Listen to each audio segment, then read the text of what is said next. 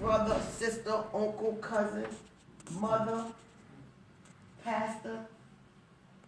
And see, the enemy does his weaving, his web, oh, what a tangled web we weave once we practice to deceive. He does that in the church.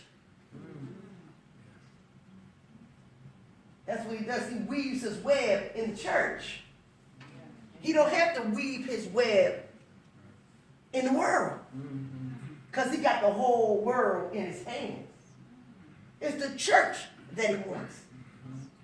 So he weaves his web in the church amongst those who call themselves saints and those who call themselves disciples and those who call themselves holy rollers. That's where he weaves his web. He comes after those who say they love the Lord, because he knows that if he really get a hold of them, he can keep them from spreading the gospel. He can cause so negative soul ties right in the church. A bunch of murmuring and complaining. He weaved his web amongst the Israelites in the Garden of Eden because he caused them to murmur and complain. So one person started complaining about Moses, the leader. Then another person started complaining about Moses, the leader.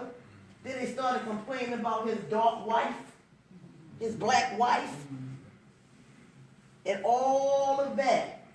And people started coming together and forming negative soul ties within the camp, amongst the people of God. You know, when the letter from the book of Revelation, second chapter, went out, those 7 letters, that one letter, well, 7 letters, 7 churches. It went out to the church. It didn't go out in the world. It was circulated throughout the church.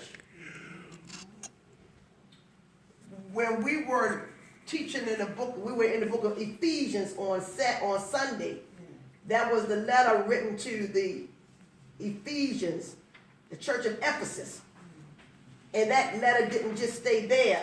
It went among other churches, encouraging the people not to get entangled with non-believers, not to get entangled and yoked up with non-believers. Don't get in no negative soul tie. You're doing good just where you are. Let me encourage you to stay there, because there's some people that want to see you fall. It's some people that want to make sure you don't stay in the presence of the Lord.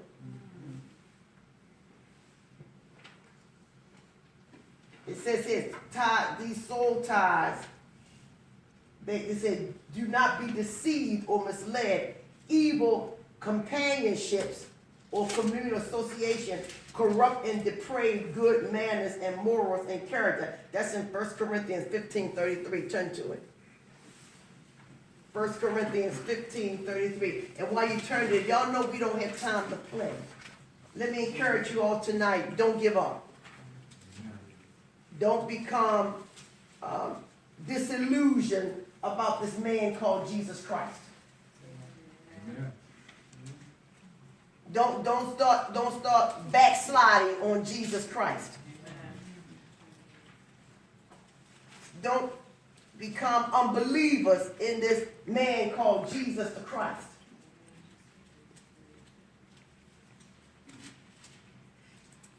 Don't get mad at this man called Jesus the Christ, the Messiah, the anointed one. Stop. Don't let the enemy tell you that he's not working on your behalf. Don't let the enemy keep telling you that it's not coming today, it's not coming tomorrow, it's never coming. You're going to be at the same place at the same time, this time next year, and you open up your mouth and you say it, then you find yourself at the same place this time next year, same place doing the same thing, because you let the enemy talk to your brain. Put stuff in your mind, cause your what? Hippocampus to shrink and your amygdala to grow, and now you focusing all in your emotions. And now you speaking those things that's not even true. The word of God says, speak those things as not as if they were, because Jesus Christ is Lord all the time. So we speak what we want to happen. Pastor Folks taught us on Sunday that we can pull down strongholds and vain imagination. What we bind on earth is bound in heaven. What we loose on earth is loosed in heaven. So we can speak it in the earth realm, and God gets a hold of it. We speak life in the earth realm, life. See, God don't get a hold of death, because God's not a God of death, but He's a God of life. So we speak life in the earth realm. And because God is such a good God, and such a merciful God, and such a pure God, and such a righteous God, and such a loving God, He gets hold of what we speak in the earth realm. He gets a hold of it, hallelujah. And then He releases His angels. Hallelujah. To bring you your prosperity. To bring you what you've been praying for. How long did Daniel pray? They said as soon as he prayed, God heard his prayer. And dispersed angels to come to bring him what he was praying about it. But Daniel stayed faithful. Daniel didn't get around people that were negative soul ties. He wouldn't even eat the king's food. He said, I don't want that. Let me and my boys eat this. I don't want to be tied up with you all, yoked up with you all in nothing. Not even in eating, not even in drinking. But I know what I'm supposed to do. So it says here that he didn't even communicate with them. Read, who has that scripture? 1 Corinthians 15:33. You had Tony? Yes. I need one reader. Sister Tony. 1 Corinthians 15:33. Yes. I'm looking right there. All right. I'm sorry. Here it goes. Okay. Do not be misled, I guess. Yes, misled. Bad company corrupts good character. Continue. No, that's it. One is readily influenced by his friend, so it's important to choose the right kind of friends. You got to choose the right people to be around, because we easily misled. Yeah. You want to lose weight? You want to bring your weight down and stop hanging out with a glutton? You can't hang out with the glutton. I can't hang out with you today. You bad influence. Don't say it to the person though. Don't say, no, you eat too much. I'm trying to lose weight. You got to do that. You got to be wise with that, right, Pastor Folks? Nice. But if you're trying to be fit and you're trying to lose weight, you're not going to hang out with a person who has no control over their eating. They're addicted to food. I'm not going to hang out with a person that's addicted to food, because then if I hang out too long, I'm addicted to food. I'm eating like you. If I hang out with you too long, I might not smoke weed no more. But if I keep on hanging out with a weed smoke, eventually I'm going to say, just give me a little hit. I can handle it. If I'm an alcoholic, I hang out with alcoholics. Eventually I'm going to say, give me a sip. I can handle it. Yeah. If I keep on hanging out with my girls who are not married, or they like to cheat on their husband, eventually I'm going to start winking my eye or showing myself to somebody. Because bad company corrupts good manners. So that's a negative soul tie. I don't expect my husband to hang around with men who cheat on their wives or may not be married so they can get with the other girls. You're a married man. You can't hang out with them. I can't hang out with women that's still going out and still doing A, B, C, and D, and they're not married unless I'm ministering to them. Amen. Let me teach you how to be a single and satisfied.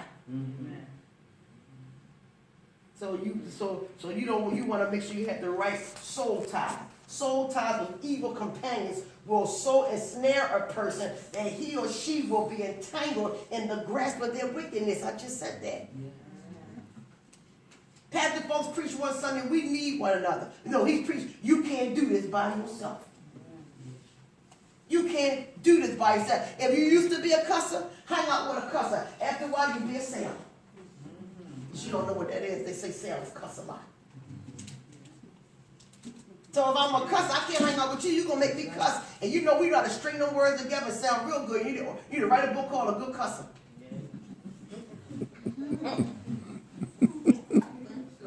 Thorns and snares are in the way of the froward.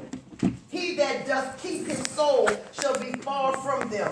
Make no friendship with an angry man, lest thou learn his ways and get a snare to thy soul. You can't be hanging out with somebody mad all the time, angry all the time, talking about vengeance all the time. That's a negative soul tie. But I like them. They cool. They make me laugh, but they cussing every joke they tell. They cussing. Why can't a comedian tell a joke without cussing? They say, but it sounds so much better when they cuss. Y'all listen, y'all know it, dude. Stop lying. Certain jokes gotta have cussing and to make it sound right. That's what it's believed. How many of y'all stood there and heard comedians tell jokes and they be cussing, you be rolling almost on the floor? I have, but I just turn Yeah, you turn it on. burns my ears. It burns your ears? Yeah. Okay. I mean, actually, it burns my ears. I love a good comedian. I wish they could tell a joke without the cussing. Before I was saved, I was into what's the name, Richard Pryor. So we're talking about that evil companionship with people, you know, and we talked about even soul ties with the dead. That you got soul ties with a person that's dead and you still mad at them. I know people like that. They still mad at dead folk. That's why the word of God says, "Don't let the sun set on your wrath." You can't let the sun set on your wrath. Because that person might not be here tomorrow and they're dead. Then you still mad. You still messed up. So you still got a soul tie with the dead. Or even somebody you love so much, you don't have enough faith in God that God can deliver you even from that. When you're gone, you're gone. You know, and we got to have Christ to help us move to the next level, to move on. Yes. So we won't hold on to that soul tie, and then we can never really get close to anybody anymore. You open up no more because you think that person will die too. So then we shut ourselves down. That's not a good soul tie. We talked about soul ties in the church. Demonic soul ties are in the church. People got soul ties to the pastor, but ain't got soul ties to Christ.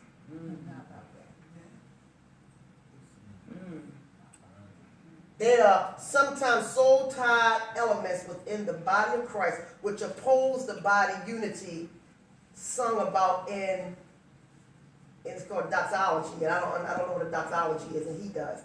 Here's the doxology here. Blessed be the tie that binds our hearts in Christian love. Okay, but we supposed to be tied in Christian love, but we tied into each other. It is Christian love. That's the doxology right there. Blessed be the tie that binds our hearts in Christian love. There are ties which represent cliques, causing division in the body. I don't like cliques. I don't like cliques. I don't like them on a job. I'm not in anybody's clique. If you notice, I roll by myself. I don't like cliques. It says here that there are ties which represent cliques causing division in the body.